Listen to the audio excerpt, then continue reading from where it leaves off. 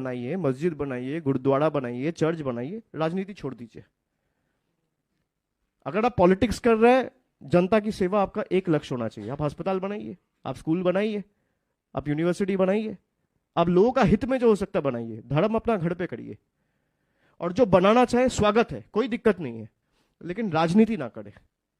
एक অভিষেক বন্দ্যোপাধ্যায় যে কথা বলেছেন যে এই মন্দির মসজিদ নিয়ে যদি রাজনীতি করতে হয় বা মসজিদ নিয়ে রাজনীতি করতে হয়, হুমায়ুন কবির যাতে রাজনীতি ছেড়ে দেন, যার পরিপ্রেক্ষিতে হুমায়ুন কবির বললেন, তিনি অভিষেক বন্দ্যোপাধ্যায়ের যে কথা সেটা অ্যাকসেপ্ট করে নিলেন এবং তিনি বললেন যে উনি ওনার পিসিকেও যেন, মানে মাননীয় মুখ্যমন্ত্রীকে সেই জগন্নাথ ধাম যেটা বানিয়েছেন সেটা নিয়েই থাকতে বলেন এবং অল ইন্ডিয়া তৃণমূল কংগ্রেসের যে চেয়ারম্যান সেই পদ যাতে তিনি ছেড়ে দেন, তিনি শুধু যাতে মন্দির মসজিদ নিয়ে, সেই মন্দির নিয়েই যাতে থাকেন, তাহলে কিন্তু হুমায়ুন কবিরও রাজনীতি ছেড়ে দেবেন এবং এই মসজিদ এবং মসজিদ নিয়েই থাকবেন।